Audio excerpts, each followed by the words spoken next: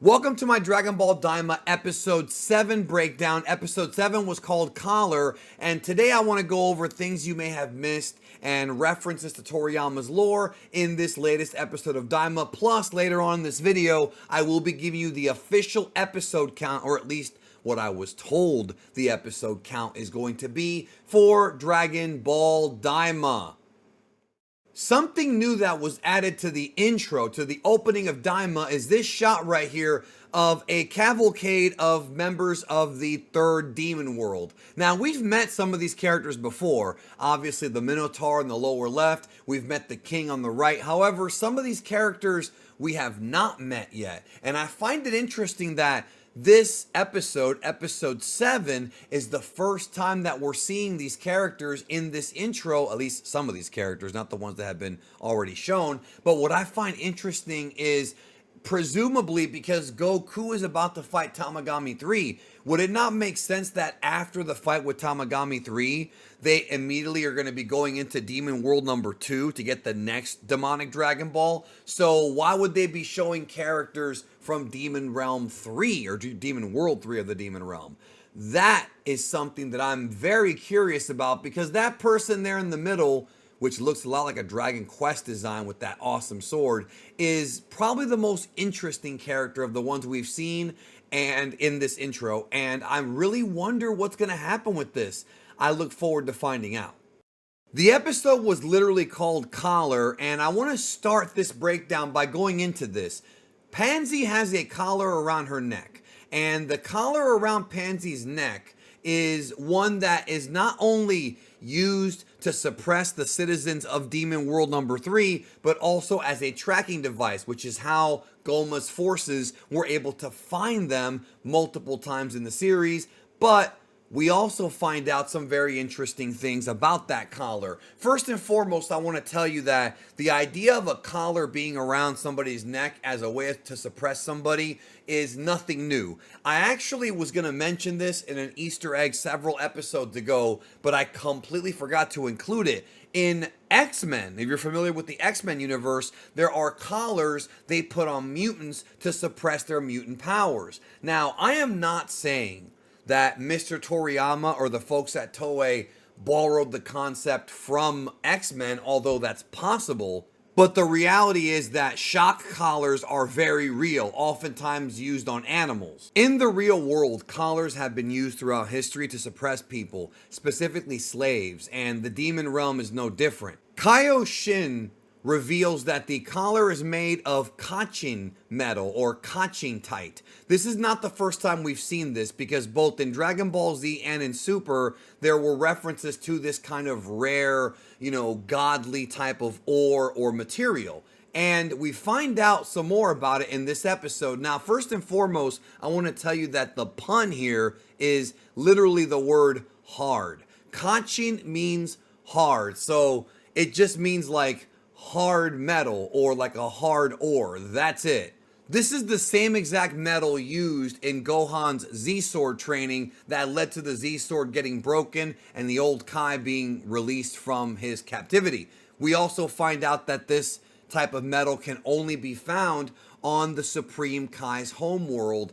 Now, when he says planet Kachin here, he's not referring to the same Supreme Kai world that they fought Majin Buu on at the end of Dragon Ball Z. He's talking about planet Kachin, known as the Planet World Core. This is the same core world that Toriyama discussed in the 2009 Super Exciting Guide when he was first discussing the origin of the Supreme Kai, where the Shinjin/Kaiju tree is at. So it's all tying together. Except Daima tweaks it a bit and also adds the whole Glin thing, even though the planet World Core, is still presumably the same place the Kais came from. Also, I believe that this is the same planet that we see in the material for Dragon Ball Daima, the little green planet that sort of looks like the place where North Kai used to live. I think that's the same place. We'll find out when we get to Demon World 2 in one of the upcoming episodes.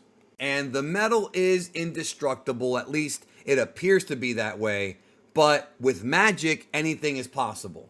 So Shin surmises that Dr. Arinsu was probably the one that came up with the idea of using Kachin metal for collars as tracking devices during the reign of the Dobura era of being the demon king of the demon realm, which this is somewhat new lore because that tells us that Dr. Arinsu has been around a long time and been very effective. Now, we knew that Dr. Arinsu was seeking funding for her experiments from Dobura, but now we know that she actually got a lot of these experiments off the ground. She's being painted as being this sort of vile villain, and we'll see where her story goes as Daima progresses. So the Supreme Kai uses his magic Pan Paka Pan, which is kind of like Paparapa from Babidi or even the Jakajan Daima intro, to break the spell and break the collar, freeing Pansy and preventing them from getting traced by Goma's forces.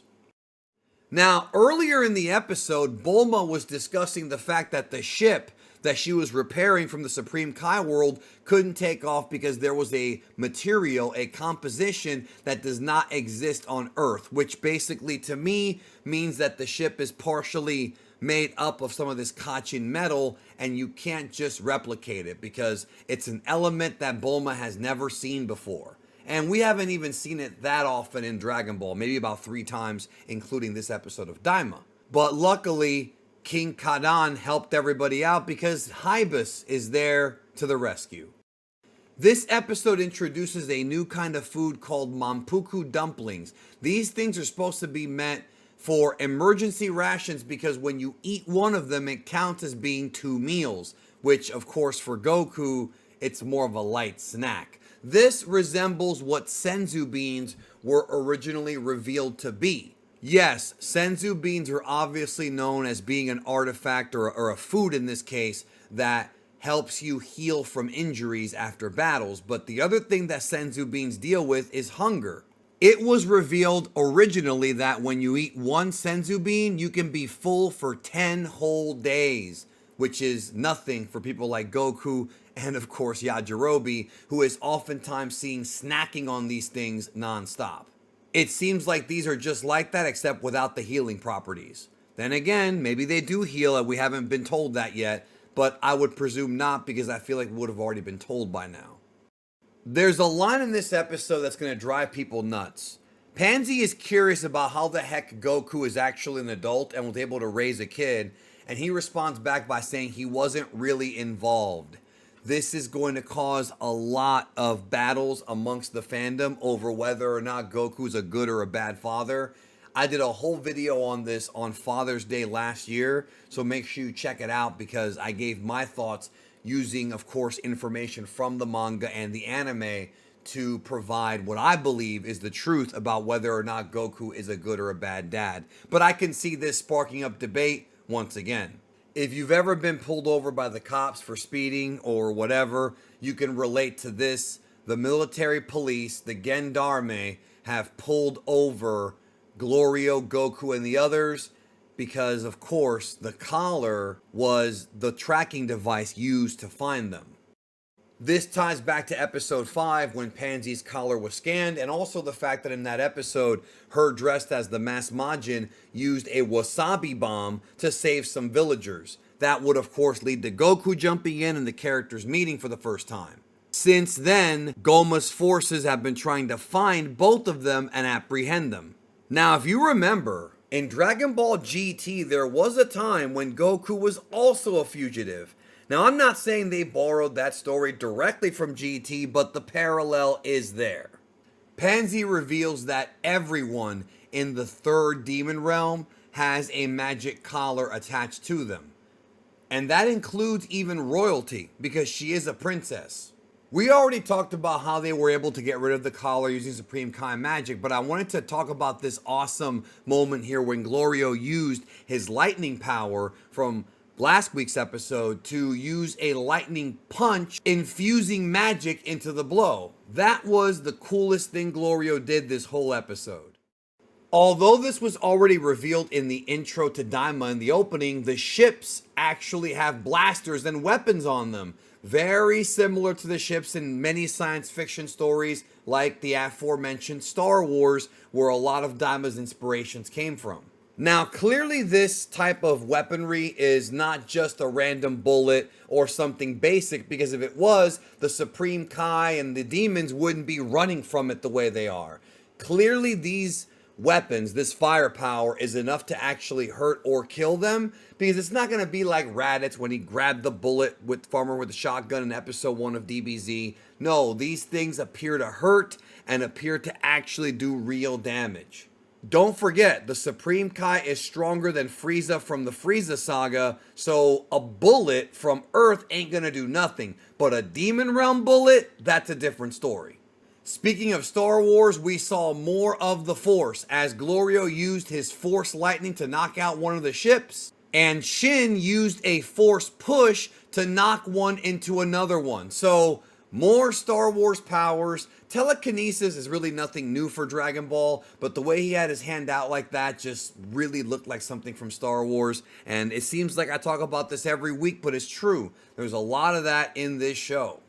Pansy reveals to have an interesting new weapon that can disable the communicators for the members of the Demon Realm, preventing them from reaching back to Goma to let them know what's going on. This whole thing is for them to kind of go under the radar and not have to deal with them over and over again, which is why it was important for the collar to be destroyed so they can proceed with the story.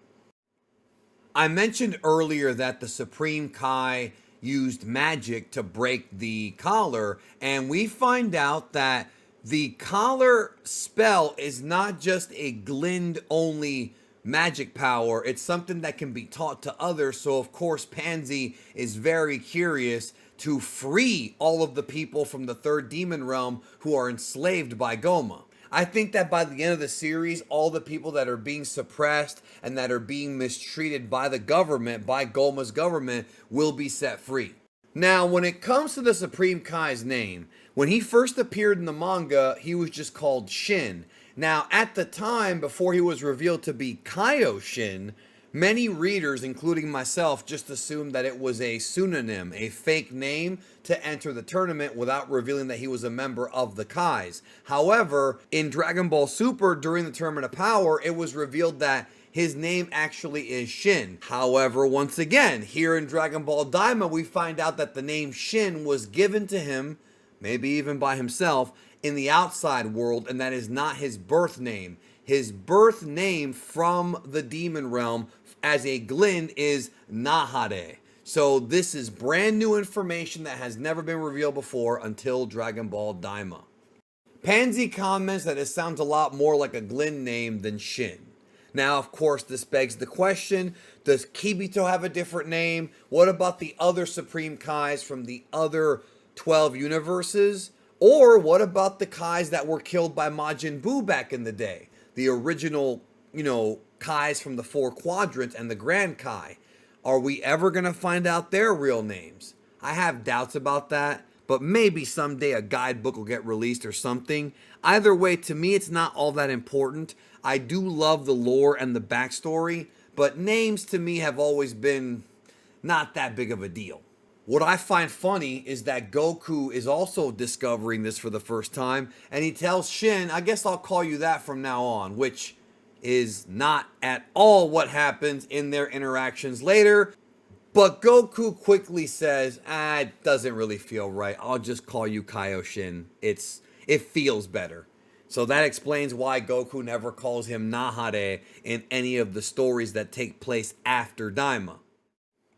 After the run-in with Goma's forces, this leads to Goku and the gang, specifically Glorio, being able to pilot a new ship that is twice as fast as any ship they've had before, which hopefully means that the plot will move along twice as fast, because this is now the third ship they've had in this whole Demon Realm adventure so far. Glorio reveals that when they defeat the Tamagami, if they defeat the Tamagami, they can't use warp to go to the second demon world because the pin number for the ship has changed. Pansy, on the other hand, seems pretty confident. So she reaches out to a new character who is basically a hacker, and his job is to hack military police ships to get pin numbers. This character was seen in one of the earlier trailers to Dragon Ball Daima, and now he's being revealed as being Princess Pansy's personal hacker and a useful ally on their quest. This means they'll be able to go to Warp and actually use a new pin number to get to the next demon realm. Pansy is able to quickly get the pin number, and thus the problem seems to be solved for now. This character, Peral, doesn't really resemble anything that we've seen in the past in Dragon Ball. I guess he's sort of like a frog creature. He's got those frog eyes, like literally the character Frog from Chrono Trigger, another Toriyama piece of art. But I don't recognize this sort of look from anywhere else. It seems to be just a new alien invented for Daima from Toriyama. I should mention that this character Peral is once again, like Glorio and Pansy, a flower name pun based on the Pelargonium flower. Once again, another Star Wars reference as Hybis is talking to the king using what is clearly resembling a Star Wars holo projector, using hologram technology, being very similar to, I guess, the intergalactic version of a phone, you know, like a video chat. It even has the same color as the one in Star Wars. I will say I really like the chemistry between King Kadan and Hybis.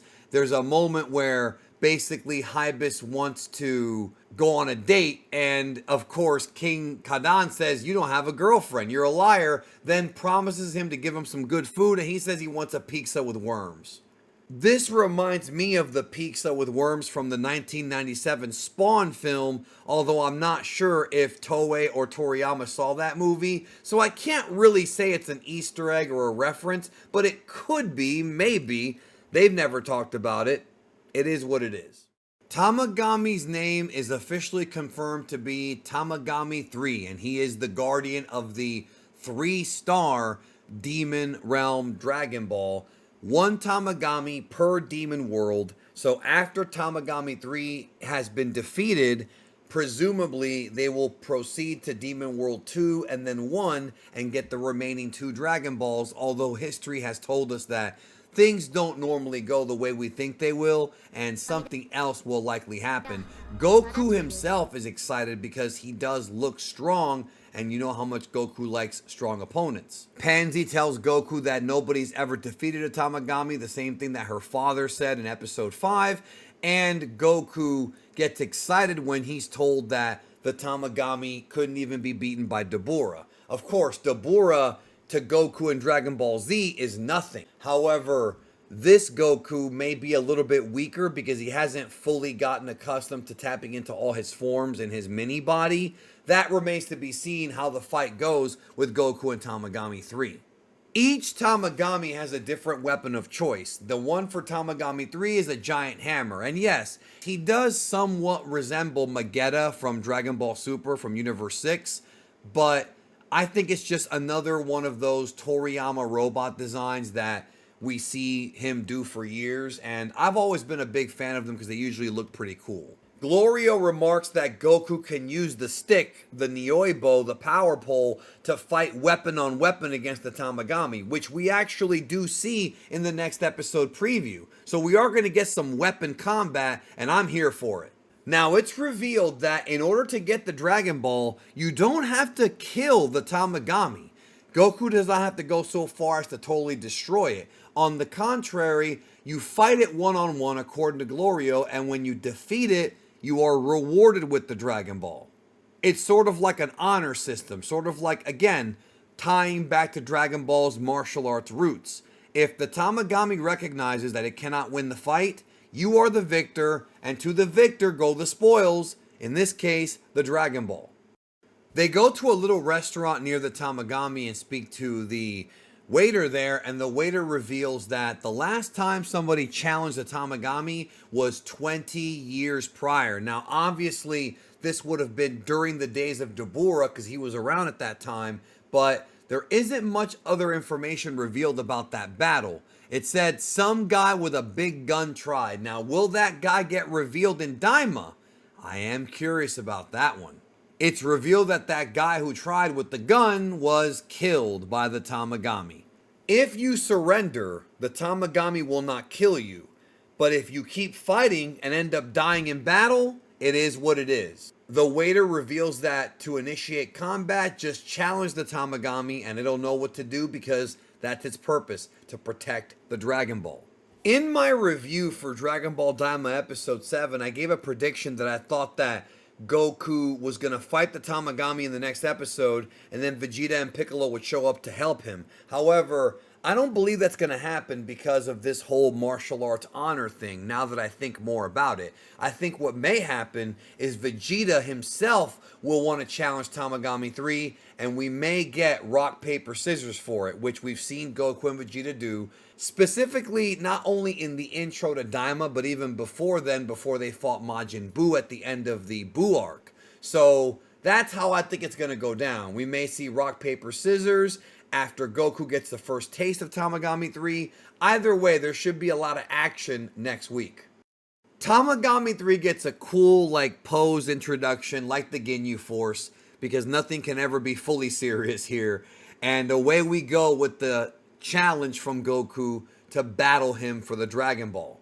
So starting with Daima Episode 8, Goku versus Tamagami 3 for the first of 3 demonic Dragon Balls. The reason why I was kind of making a bigger deal about the pacing in my review than normal is because Dragon Ball Daima is set to be not a very long series. I was told 20 episodes flat. Remember that Dragon Ball Daima used to be originally planned as a mini-series for streaming, a web anime called Dragon Ball Daima. But along the way, well, first it was called Dragon Ball Magic, then Dragon Ball Daima. But along the way, things changed. Fuji TV got the rights to it, so now it's airing not only on streaming, but also on Japanese television. So the series was never meant to be a very long series, and as I've said before, it's too long to be a movie, but too short to be a full, giant Dragon Ball show like Super or Z was. Nevertheless, the reason why I want them to get to the action is because there's a lot more story left to be told, and we are almost halfway through the series, and there's still a ton left to do. But I am excited for Goku vs. Tamagami 3 next week. If you haven't seen my video on the creation of Dragon Ball Z, the true story of the creation of DBZ 35 years ago, right now on your screen, watch that video, as well as who would really win between Dabura and Cell, and much more. Take care, see you soon.